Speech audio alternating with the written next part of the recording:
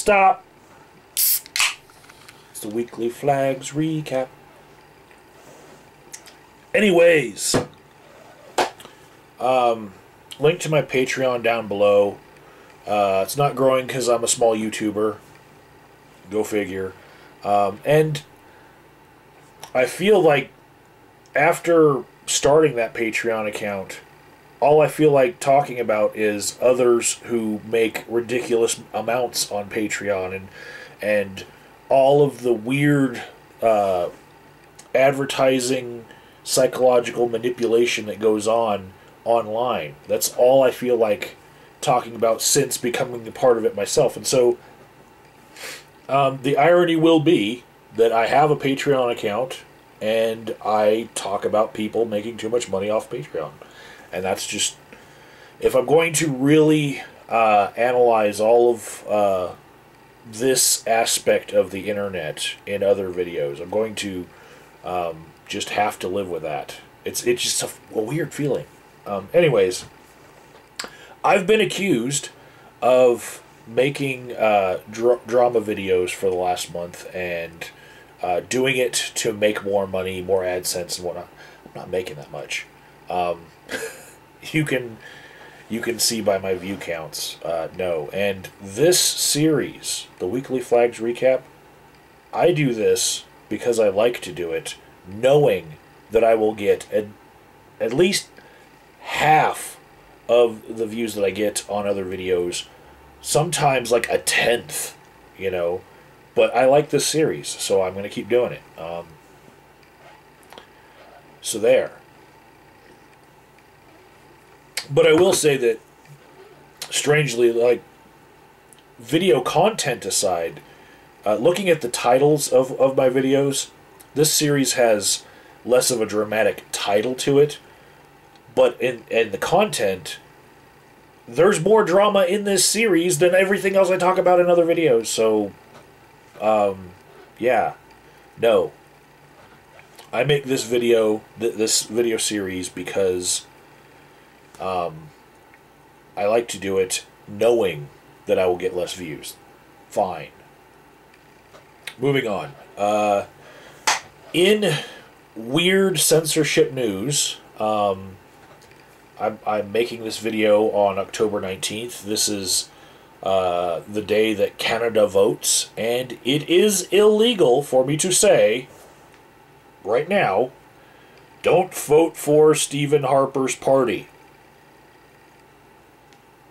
Because Canada doesn't like people outside of their country influencing people inside the country to vote anyway. It's part of their law. So, ta-da! And I will give you a link in the description to a video by John Oliver from his show Last Week Tonight. And that explains the law and how it works.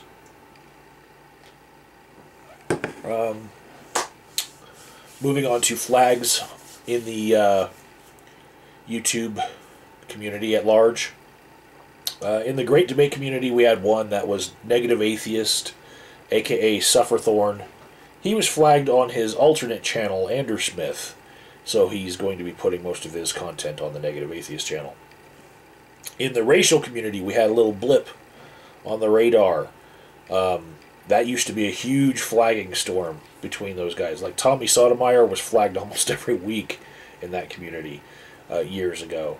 But SARGe WP, he's reposted a video that he got flagged on. In the gaming community, we have the lion's share of the flags this week. DrShimato, Bloodhound 710, and Clarissathegiraffe were all flagged. Singles that don't really have a pattern here would be Monday Matt made a video about SB Nation and Deadspin being suspended on Twitter for copyright. Taylor the Fangirl made a huge drama scrumptious video about Daniel Osborne. I mean, she's just asking for it. Derek Smart has been DMCA'ing a parody remix of him, you know, where people take clips and then move the clips around to make it look like you're saying something else and put a funny jingle to it. He's been DMCA'ing that. He's normally a commentator on football. Jamal Jameson got flagged. Danue J got flagged. Baby Don't Hurt Me, aka Bandwidth, got flagged. Epic Troller got flagged by FIFA. Record Collector got flagged. And YungMelo, who is a must-watch, I'm linking below. YungMelo got flagged and put up a huge meltdown video. Also, Drama Scrumptious. Yum, yum, yum. Okay, so in Flagwatch, I'm going to give you first Aldus Valor accusing Jenny McDermott of raping a monkey. And I bet he's just going to keep using that.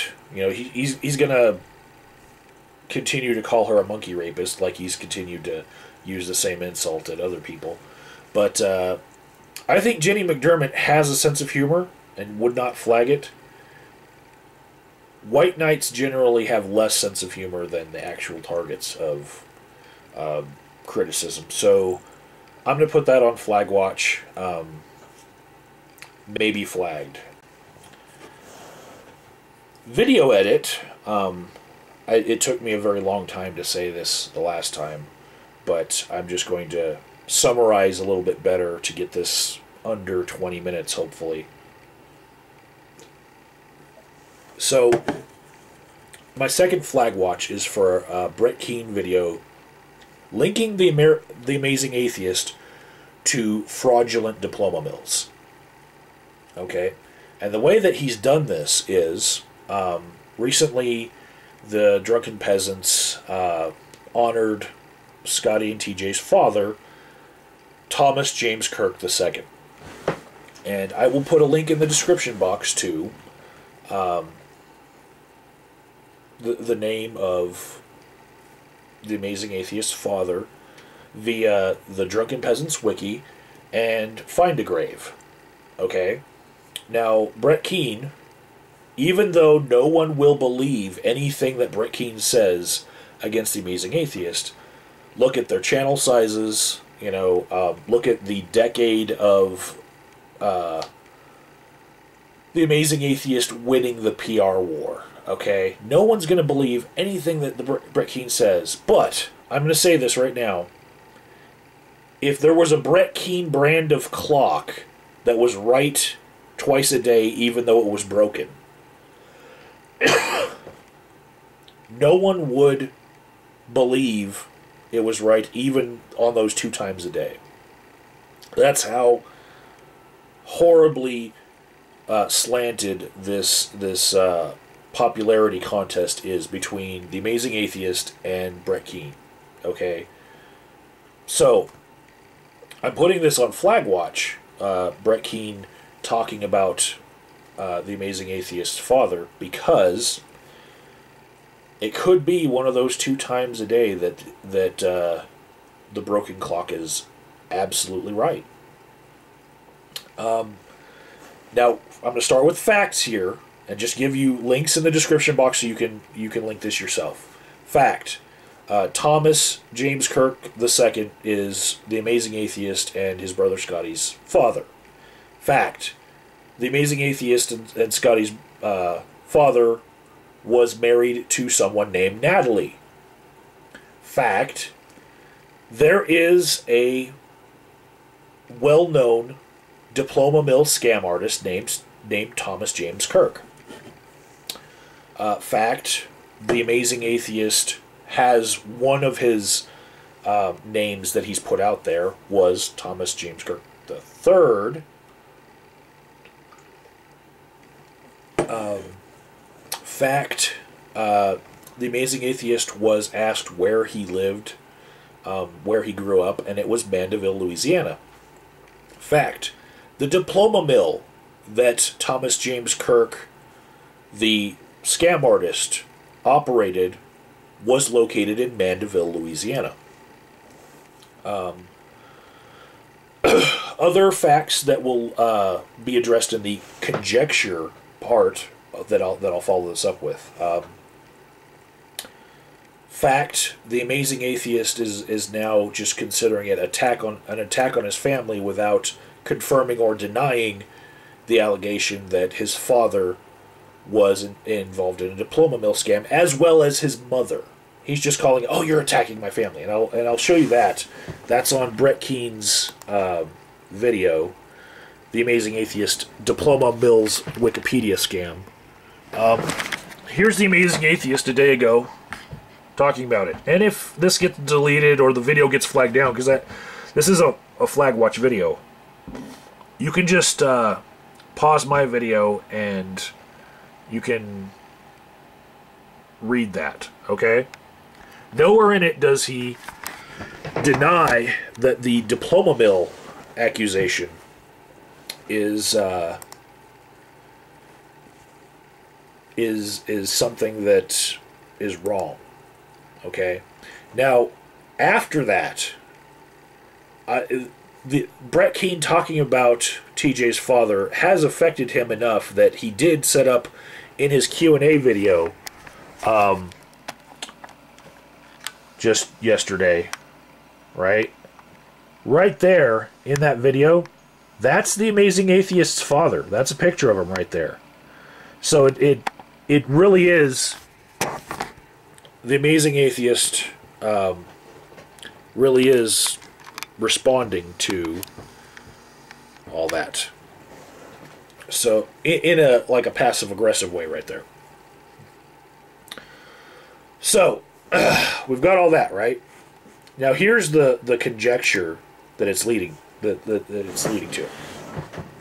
The conjecture being that when the Amazing Atheist thanked Natalie in his book Scumbag for being selfless, it is perhaps his way of doing a nod nod wink wink as far as using the family's tradition of having a scam that makes a lot of money and then socks some money away for a rainy day, and then being able to, even though the FBI closed down that first diploma mill and found that they had $35 million in assets that they found, and then $10 million in cash assets on top of that they found,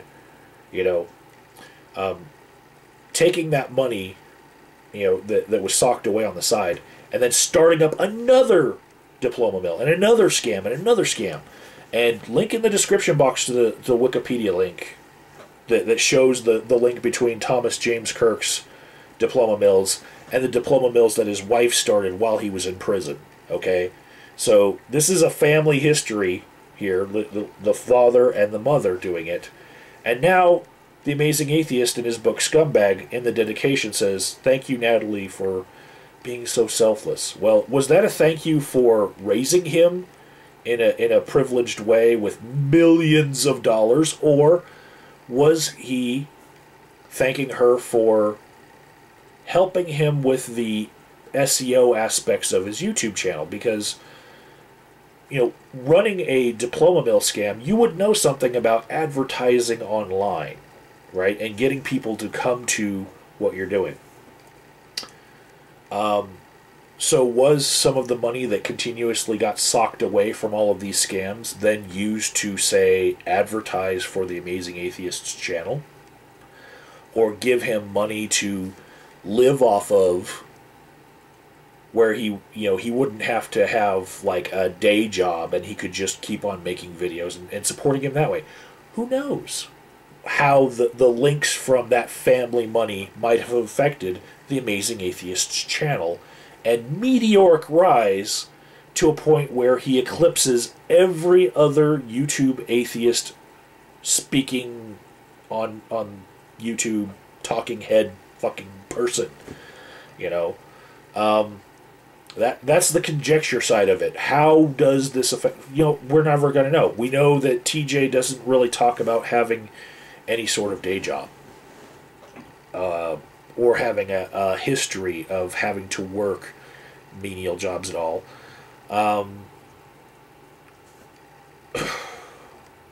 Yeah.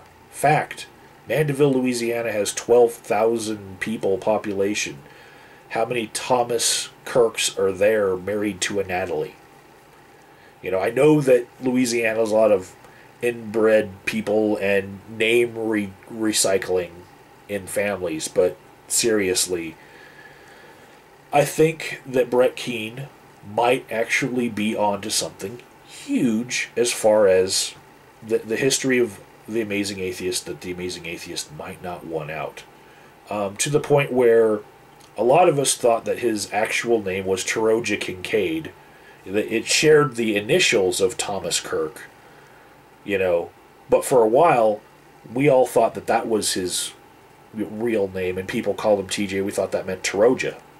But actually, we know now it's Thomas James, and it's this family history of internet fraud, you know, of long distance education fraud that he was trying to hide and not be associated with.